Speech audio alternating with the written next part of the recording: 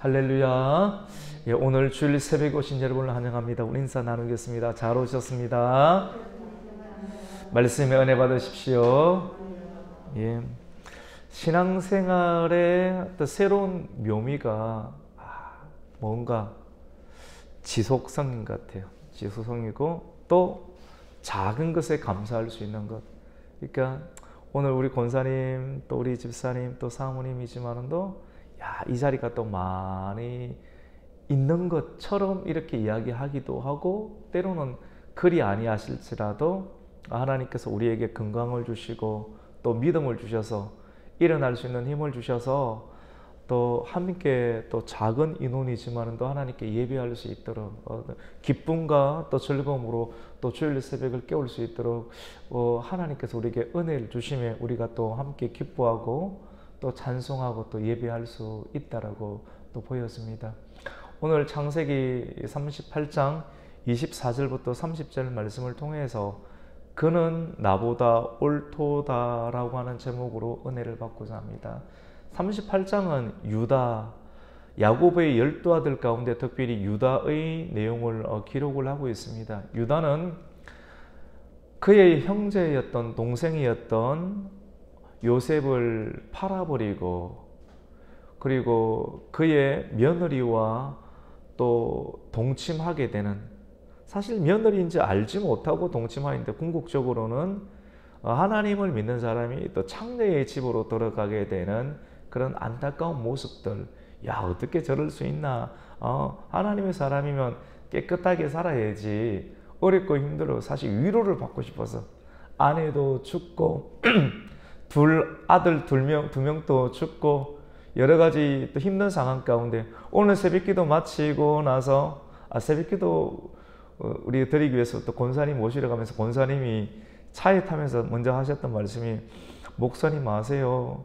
어제 저녁에 할로윈데이라고 이렇게 하면서 축제 때 사람이 한 180여 명이 죽었던 것 같습니다. 저는 몰랐어요. 그때 계속 또 준비를 하고 있으니까, 주일 준비를 해야 되니까 어제 10시쯤에 이렇게 뉴스에 나왔다고 하는데 권사님 이야기를 듣고 알았어요. 이 축제가 왜 있을까? 많은 경우는 그 안에 쾌락의 문제가 있거든요. 이렇게 우리 입장에서 보면 할로윈데이 이상 호박 이렇게 외국에서 건너온 어떤 그런 상황인데 여러 가지 이상한 흉측한 모습을 하고 이렇게 축제를 이렇게 하는 형태들인데, 그런 걸 왜 하는가? 내면 안에는 여러 가지 쾌락의 문제가 있겠죠. 그래서 이 유다도 아내를 잃고 너무 힘드니까 위로받고 싶으니까 친구를 만나게 되고, 친구와 함께 양털 깎는 축제에 참여했다가, 축제 가운데는 고기가 있고 떡이 있고 술이 있고 사람의 또 흥이 일어나지 않습니까? 그러면서 갔던 곳이 내려오는 길목에 이 창녀가 있으니까 그 집으로 들어가서 내가 너에게 들어갈 수 있도록 하라. 이런 어떻게 인간의 내면 가운데 있는 하나님 위에 위로받고 싶어하는 어쩔 수 없는 그런 본능의 마음들을 사실은 하나님을 믿는 가정 안에 있는 유다의 모습을 통해서 드러내고 있는 장면이라고 이렇게 볼 수 있습니다. 결국은 유다의 모습이, 어쩔 수 없는 정체성의 모습이 동생을 팔아 넘기고 그리고 창녀의 집에 들어가고 그리고 며느리와 동침하게 되는 인간의 부패한 어떤 모습들을 드러내는 창세기 기자의 모습을 보게 됩니다. 이런 일들, 죄의 모습을 가진 사람들의 결국은 어떤 결과가 나타나는가? 인과응보의 결과가 당연히 나타나지 않겠습니까? 하나님은 또 공의의 하나님이시고 이것을 통해서 하나님이 어떤 분이신지를 드러내시는 하나님의 역사가 이 성경 가운데는 진행되고 있는 것을 보게 됩니다. 이런 일들을 통해서 오늘 본문 말씀 가운데 보면 24절로부터 시작하는데, 석 달쯤 지났을 때 며느리와 관계를 하고 난 다음에, 사실 유다는 며느리인지 모릅니다. 창녀라고 생각을 하는 거예요. 그런데 이 일 이후에 다말은 석 달이 되었을 때 임신을 하게 됩니다. 누군가가 유다에게 이야기를 합니다. 자네의 며느리가 임신을 했대, 배가 불러온대. 이런 이야기를 듣고 유다의 입에서 바로 나오는 것이 그 여인을 바깥에 끌어내어서 화형을 시켜라 라고 또 이야기를 합니다. 여러분 가만히 이 대목을 한번 보세요. 사실은 이 율법이 있기 이전의 상황이지만도 굉장히 보통 이렇게 간음을 하게 되면 상방이 간음을 혼자 살 수 있는 일은 아니잖아요. 행음에 관한 문제는. 그래서 행음에서 간음을 했다라고 드러나게 되면 제사장의 딸인 경우, 율법에 보면 제사장의 딸인 경우는 화형에 처합니다. 불러서 태워 죽이는 일들이 일어나는데 대부분의 경우는 돌로서 쳐 죽이는. 그래서 불러서 태워 죽이는 것은 굉장히 극형에 처하는 어떤 경우라고 볼 수 있습니다. 근데 왜 이 유다는 이렇게 보편적으로 돌로 쳐 죽이는 일들보다 더 극형에 처하는 일들로 자기 며느리에게 이 일들을 하는 것입니까?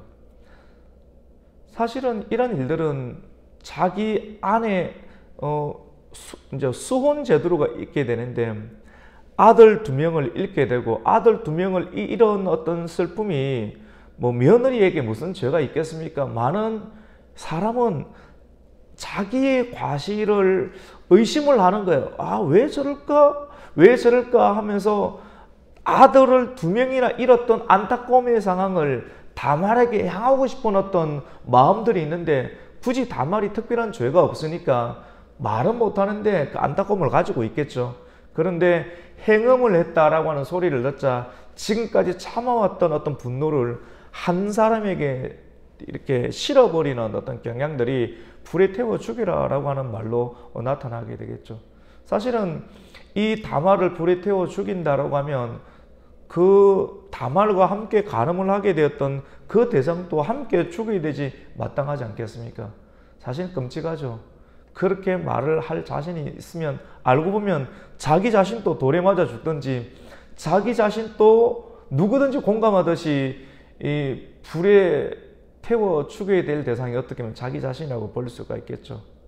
우리 오늘 그 말씀 한번 볼까요? 우리 24절인데 우리 같이 한번 읽습니다. 시작. 석 달쯤 후에 어떤 사람이 유다에게 일러 말하되 내 며느리 다말이 행음하였고 그 행음함으로 말미암아 임신하였느니라. 유다가 이르되 그를 끊어내어 불사르라. 누구 왜 행음을 했는지 라고 묻기보다 그냥 배가 불러오고 임신했다는 그 증거 하나만으로 그 사람을 죽이려고 하는 어떤 유다의 모습들을 보게 됩니다.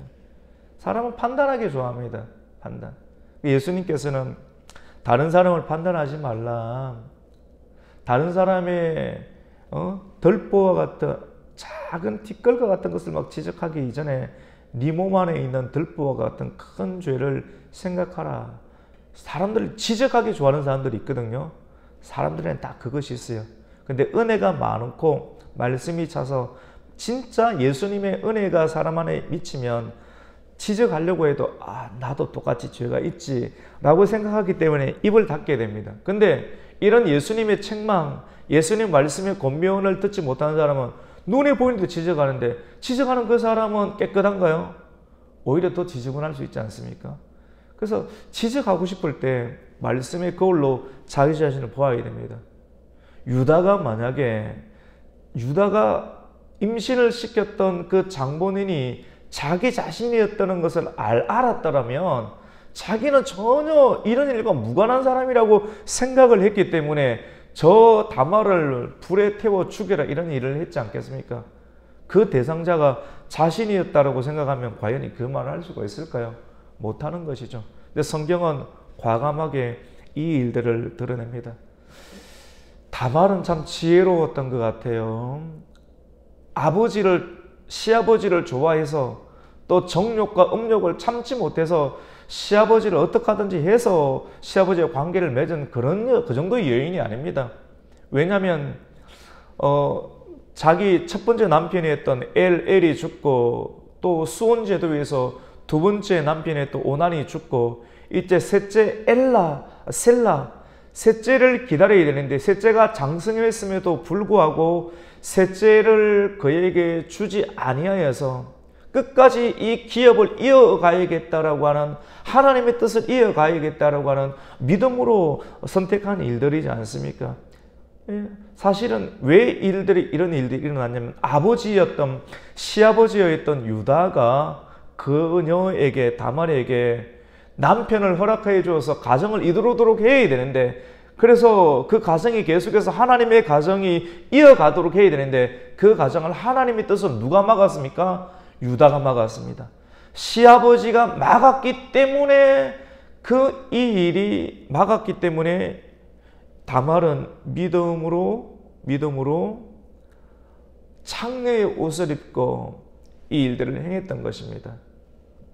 근데 이 진위가 드러나기 전까지는 배가 불러온 것은 수절한 여인이 정욕을 참지 못하고 다른 남자와 행음을 했다라고 하는 일반적인 통념으로 불에 쳐넣어라, 죽여라 라고 이야기를 하는 것 아니겠습니까? 이 일들을 생각하고 다말은 그 남자가 들어올 때 무엇을 요구했냐면, 새끼 염소를 지금 당장 주지 못한다라고 하면 그것에 대한 담보물을 주십시오. 사실 이런까지 생각을 다 했던 거예요. 그래서 뭘 줬으면 좋겠는가? 당신이 가지고 있는 인감도장과 그리고 손목에 있는 끈과 그 옷을 입을 때 매는 띠 있죠, 띠. 그 띠와 그리고 지팡이, 목축업을 할 때 하는 지팡이, 그 지팡이는 그 염소나 양을 이렇게 주인이라는 것 아니겠습니까? 그 세 가지를 달라. 왜 달라고 했겠습니까? 결정적인 순간 가운데 나를 임신을 시켰던 그 사람이 바로 이 끈과 지팡이와 인감도장의 주인이라는 것을 드러내면 그 주인은 바로 누구겠습니까? 유다지 않겠습니까? 유다가 이야기를 합니다. 저 며느리를, 저 딸을, 저 사람을 바깥으로 나가서 불에서 태워 죽으라고 했을 때 그 말을 듣고 누군가가 다말을 질질 끌고 갈 것 아니겠어요?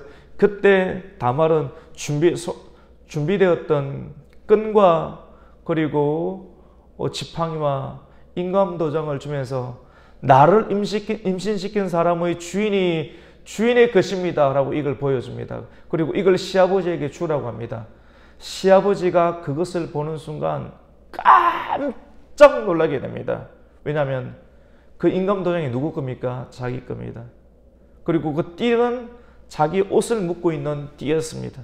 그리고 자기의 지팡이였습니다. 이걸 보는 순간 이건 내 것 아니다 라고 말을 할 수 있습니까? 없습니까? 없는 거예요. 자기의 죄가 드러나는 거예요. 자기의 수치가 드러나는 거예요. 내가 너무 힘들었을 때 창녀의 집에 가서 위로를 받았던 자기의 과거의 흔적이 가감없이 드러나는 거예요. 근데 이렇게 부끄러운 일들이 성도에게서 드러날 때, 크리스찬에게서 드러날 때, 기독교의 가정에서 이런 부끄러운 일들이 일어날 때 사실은 부인한다고 부인이 되나요? 사람들은 뭐 그럴 수 있겠지. 몰라, 저 사람이 어떻게 저런 일을 할까 이렇게 생각할 수 있겠지만도, 그리고 생사람을 죽여버릴 수도 있겠죠. 부인을 해서 걷고. 근데 내가 부인을 하면 이거 내 것 아니다라고 하면 생사람이었던 다말을 어떻게 됩니까? 죽여버리게 되고, 다말 안에 임신하고 있는 그 2명의 자녀들도 죽여버리게 되고, 자기 살겠다고 생사람을 죽여버리게 되고, 거짓말을 하게 되고, 살인하게 되겠죠. 그리고 자기 죄는 다른 사람들 앞에는 의인으로 취급받겠죠. 하지만 유다는 하나님 앞에서는 동생도 팔아버리게 되고, 또 며느리를 범하였던, 그리고 창녀와 한 몸이 되었던, 그리고 그것이 드러났을 때 사람들을 다 죽여버리는 일들, 진짜 죄는 끝없이 벌어지게 됩니다. 그 순간의 찰나 가운데 내가 거짓말을 해, 그리고 저 여인을 죽이면서 입다듬을 해, 수많은 생각들이 있었겠지만 그 순간 유다는 하나님 앞에서, 이건 하나님의 문제입니다. 하나님과 자기 자신의 문제입니다. 하나님 앞에서 회개하기 시작합니다. 그 회개는 사람을 살리죠. 하나님 앞에 내가 죄인입니다. 내가 창녀의 집에 들어갔습니다. 저 사람을 임신시킨 사람이 나입니다. 굉장히 인자하고 거룩한 사람처럼 보이는데 이렇게 드러나게 되면 얼마나 부끄럽겠습니까? 명예는 땅바닥에 떨어지는 것 아니겠어요? 명예가 땅바닥에 떨어지는 것을 인정하고 그것을 받아들이는 것은 쉽지가 않습니다. 그건 회개의 문제거든요. 유다는 이제 회개를 선택합니다. 며느리가 아버지에게 이 끈의 주인, 이 도장의 주인, 이 지팡이의 주인이 나를 임신시켰습니다 라고 말했을 때 유다는 이 일들의 진실이 드러나게 되었을 때 유다는 그는 나보다 옳도다. 나는 하나님의 뜻이 내 기분 때문에 내 인간의 사욕 때문에 내 막내 아들을 죽이고 싶지 않아서 다말에게 들어가면 다 죽으니까 죽이고 싶지 않아서 하나님의 뜻을 인위적으로 막았는데 그 여인은 다말은 믿음으로 하나님의 뜻을 이루어서 자기 자신이 죽을 위기 가운데 있지만도 이런 상황을 감수해서라도 하나님의 뜻을 이루려고 했던 그 여인이 옳도다라고 하면서 자기의 치부를 드러내고 그 여인을 살리고 믿음으로 행했던 일들을 인정하기 시작합니다. 그 내용이 오늘 중요한 내용이죠. 우리 25절 말씀 그리고 26절 말씀 같이 한번 읽겠습니다. 시작. 여인이 끌려 나갈 때 사람을 보내어 시아버지에게 이르되 이 물건의 임자로 말미암아 임신하였나이다. 청하건대 보소서 이 도장과 그 끈과 지팡이가 누구의 것이니까 한지라. 이때 입 딱 닫고 세상 말로 이제 이쯤 되니까 일명 TV 같은 데 나오면 인연이 어디서 거짓말을 하느냐 뭐 예를 들어서 이렇게 할 것 아니에요. 그렇게 할 수 있지만 그렇게 하지 아니하고 자기의 과오를 인정합니다. 우리 26절을 읽습니다. 시작. 유다가 그것들을 알아보고 이르되 그는 나보다 옳도다. 내가 그를 내 아들 셀라에게 주지 아니하였음이로다 하고 다시는 그를 가까이 하지 아니하였더라. 같이 해봅시다. 그는 나보다 옳도다. 이게 오늘 말씀의 제목이에요.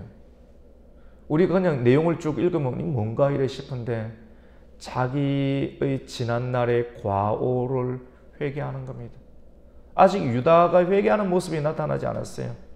동생을 팔고 그냥 떳떳하게 살았죠. 이래 살고 떠나가서 아버지 집을 떠나가서 살고 결혼하고 하면 잘 될 거라 생각했죠. 잘 되는 것처럼 보였습니다. 아들 3명을 놓고 사실 큰 부유하게 된 것 아니겠어요? 그 증거 자체가. 근데 하나씩 죽고 자기 안에 죄가 있으니까 죄를 회개하지 않은 거예요. 근데 결국 이런 다말의 임신의 문제로 인해서 자기의 죄를 보지 못하고 남의 배가 불러오는 걸 보면서 저 여자를 죽여버리라 이렇게. 오늘날 시대가 그런 것 같아요. 자기 죄는 죽이라고 말하는 사람 치고 죄가 작은 사람은 못 본 것 같아요. 오히려 더 많아요. 세상에 큰 소리 치는 사람들, 큰 소리 치는 사람들 치고 큰 소리를 치고 저런 사람은 죽어도 마땅하다고 말하는 사람들의 심리적 경향이 자기는 죄가 없다는 걸 드러내고 싶은 마음인데 그런 사람이 어디 있습니까? 정말 자기가 죄인이라고 하는 사람은 그런 말 잘 못하는 것 같아요. 예수님의 은혜로 내가 이렇게 살아가고 있다고 생각하는 사람 치고 저 사람을 죽이라고 하는 사람은 없습니다. 살리려고 하는 사람이 더 많아야 되겠죠. 근데 유다는 이 결정적인 상황 가운데 그는 나보다 옳습니다. 내가 틀렸습니다. 내가 죄인입니다. 하나님 앞에서 회개합니다. 회개하니까 이 여인은 살겠죠. 그리고 자기의 고백을 합니다. 오늘 26절 우리 마지막 부분에 보면 자기의 과오를 이렇게 고백을 하는데 내가 그를 내 아들 셀라에게 주지 아니하였던 것 때문에 이런 일이 일어났다. 셀라에게 넣어줬으면 이 며느리가 이런 일들을 하지 않았을 텐데 내가 해주지 아니함으로 끝까지 믿음을 지키기 위해서 하나님의 가업을 이어가기 위해서 이 일들을 했다. 내가 이 일들을 하지 못하도록 셀라를 주지 않았기 때문에 충분히 남성이 되고 장성이 되는데도 수전제도에 의해서 내 아들을 그녀에게 시집을 보내도록 장가를 보내도록 해야 되는데 하지 않도록 내가 끝까지 막고 있었기 때문에 이런 일이 일어났다. 근데 이런 일을 하였던 다말이 더 옳도다라고 하나님 앞에서 인정하는 거예요. 그리고 자기 또 내면의 고백을 26절 끝에 보니까 다시는 그를 뭐 하지 않았습니까? 가까이 하지 않았다. 그러면 이 내용을 보면서 그러면 다말하고 여러 번 관계를 했다는 말인가? 아니에요. 관계를 한 번밖에 안 했습니다. 그때. 왜냐하면 그 다음날 염소를 주기 위해서 그리고 자기의 끈과 인감도장 가져와야 되는 것 아니겠어요? 자기 치부가 드러나는 문제인데 빨리 주고 해결하고 모르는 채 하고 싶을 것 아니겠습니까? 그래서 염소를 끌고 갔는데 창녀의 집이 없는 거예요. 그리고 친구에게 묻습니다. 여기에 있던 창녀의 집이 어디에 갔는가? 이 동네에는 창녀가 없어. 깜짝 놀라는 거예요.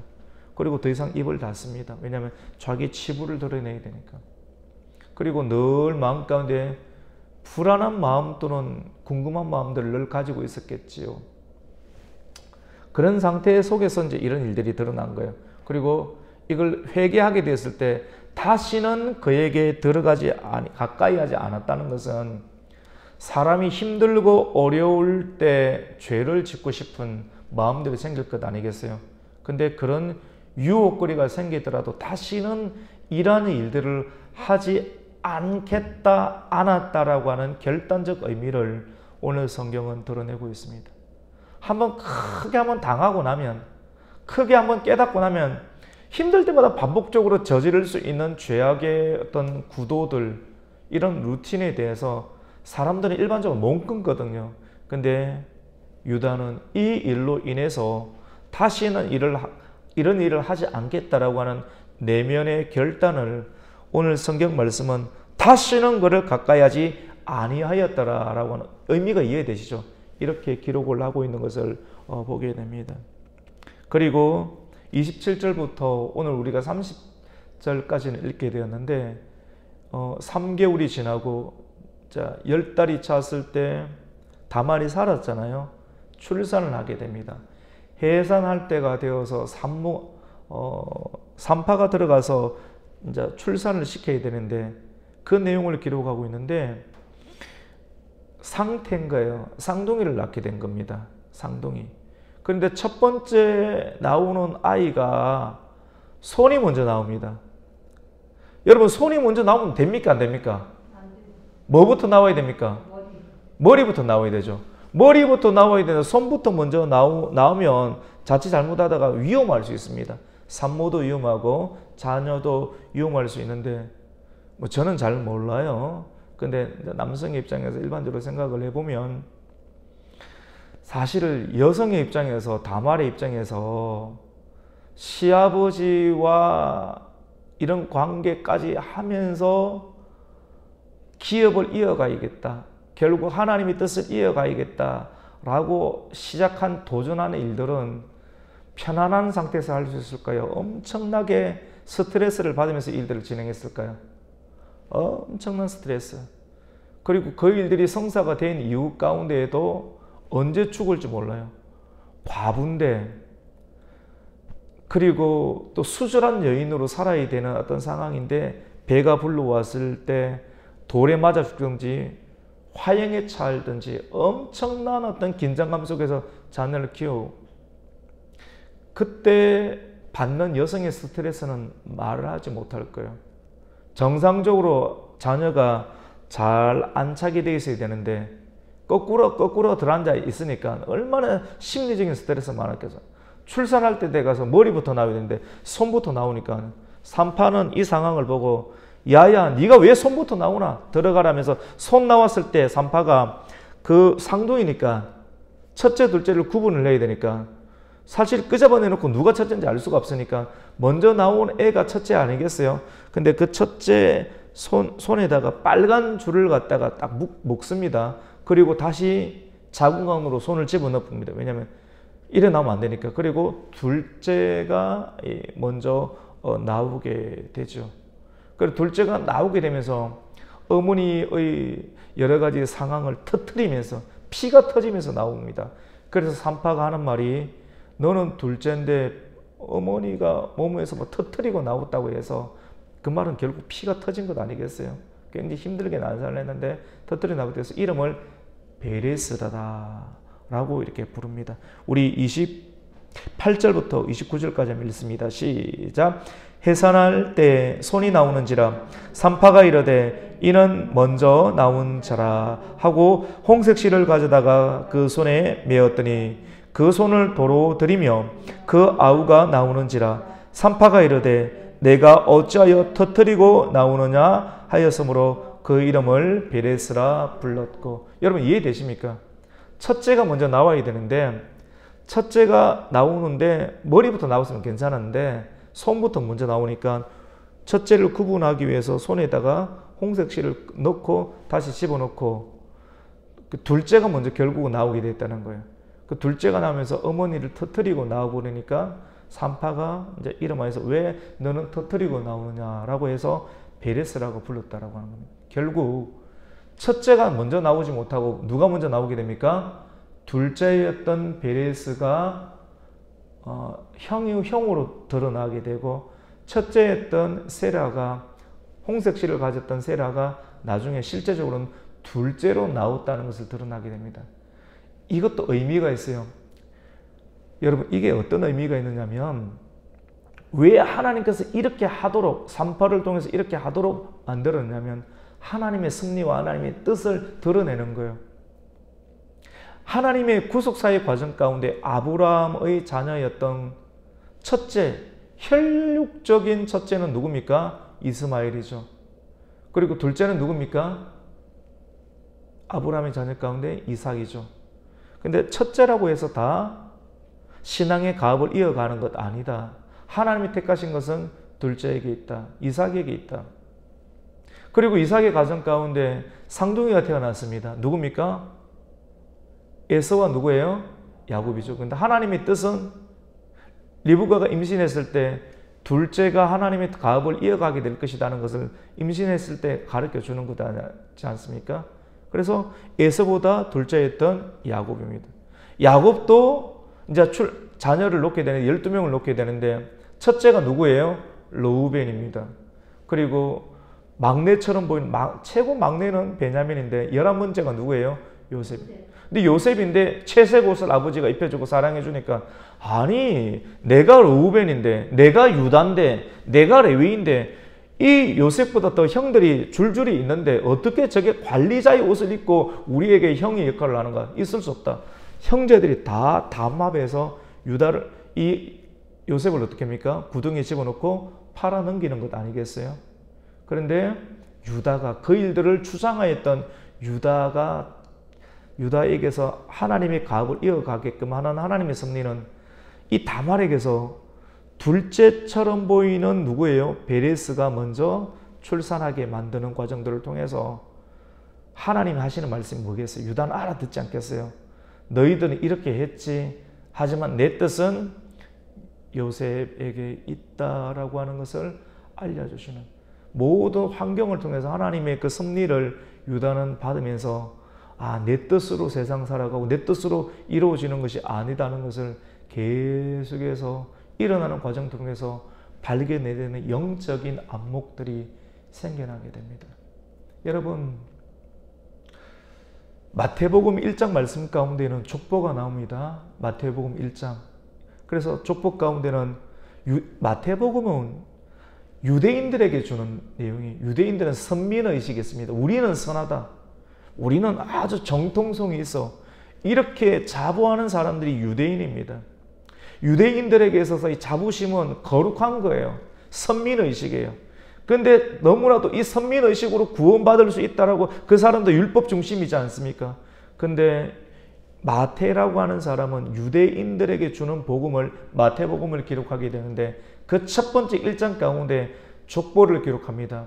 아브라함은 누구를 낳습니까? 이삭을 낳고 이삭은 누구를 낳습니까? 야곱을 낳고 야곱은 그 다음에 누구를 낳느냐? 12명을 다 기록하지 아니하고 유다를 낳았다라고 기록을 하고 있고 유다는 그 다음에 자손의 이름을 누구를 기록하는지 아십니까? 베레스를 오늘 성경에 나오는 베레스를 낳는 거예요. 근데 베레스라고 적지 아니하고 다말에게서 나온 베레스를 낳고라고 이렇게 기록을 하고 있어요. 여러분, 이게 충격이에요. 충격인 거예요. 유대인들은 우리는 선하다, 우리는 깨끗하다, 나름대로 혈통이 있다라고 생각하는 자부심이 강한 그들에게 너희들이 자부심이 있는 그 민족의 조상이었던 유다가 다말 며느리에게서 수치스럽게 창녀의 집에서 들어간 며느리에게서 누가 납니까? 베레스를 낳고 베레스를 통해서 결국 다윗이 낳고 다윗을 통해서 예수를 낳았다. 잘난 체 하지 말라는 겁니다. 철저하게 선민의식과 거룩을 드러내던 그들에게 인간의 노력과 인간성 자체로 구원받을 수 없음을 철저하게 마태복음 1장부터 다말에게서 나온 베레스를 기록하면서 자랑할 것 없다. 이것은 전적인 하나님의 은혜로 너희들이 구원을 받고 앞으로 우리도 구원을 받는다는 것을 성경은 기록하고 있는 것을 보게 됩니다. 오늘 말씀을 통해서 많은 영적인 교훈을 우리에게 안겨주는데, 오늘 말씀을 통해서 결정적인 어떤 상황이 드러날 때 나의 얼굴과 또 명예를 유지하기 위해서 거짓말을 할 것인가? 사람들은 다 죄가 있습니다. 근데 그때 유다는 그는 나보다 옳도다라고 시인하면서, 하나님 앞에서 시인하면서 내가 죄인입니다 라는 것을 회개하게 되고, 다시는 그를 가까이 하지 아니하였더라. 어렵고 힘들 때마다 말씀을 찾기보다 창녀의 집으로 들어갔던 것을 대표적으로 드러내는 어떤 유다의 모습들, 다시는 그를 가까이 하지 않았다. 어렵고 힘들 때마다 말씀이 아닌 세상을 의지하는, 세상이란 말은 우리 보편적인 느낌이 있지만도 죄를 의지하는, 쾌락을 의지하는, 우리 권사님이 아까 할로윈데이 이런 축제를 의지하는, 결국 어떤 죽음의 문제지 않습니까? 죄를 가까이 하면. 그거 죽는지 알면서도 사람들은 가까이 하는 거지 않습니까? 근데 이런 일들을 가까이 하지 아니하고 결단하고, 그리고 자기 죄를 철저하게 공개적으로 고백함으로, 공개적으로 고백 안 하면 또다시 또 숨어서 할 것 아니겠어요?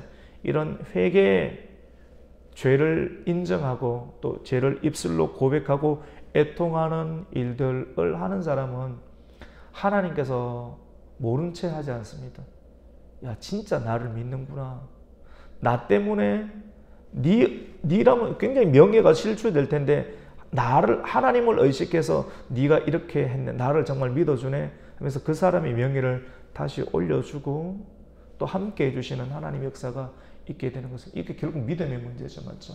그래서 오늘 우리가 앞으로 신앙생활의 여정, 그리고 지난날의 모든 과거의 상황들이 우리에게는 있을 수 있습니다.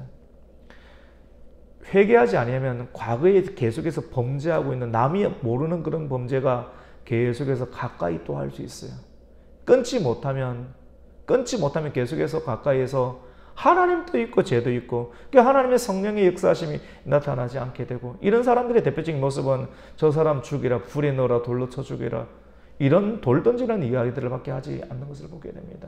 오늘 말씀을 통해서 주께서 회개하게 하실 때 회개함으로 지속적으로 마음의 깨끗함과 또 샬롬과 평강을 유지하면서 하나님의 뜻을 가뿐하게 이루어갈 수 있는 그런 하나님 은총이 우리 모든 성도들에게 있기를 예수님의 이름으로 축복합니다. 아멘. 하나님 감사를 드립니다. 오늘 주일 새벽도 우리를 깨워주시고 창세기 38장 말씀을 통해서 깊은 영적인 도전과 또 하나님 우리가 어떠한 인생을 또 살아가야 될지를 발견하게 해주심을 감사합니다. 회개는 구원받은 자들에게 특권입니다.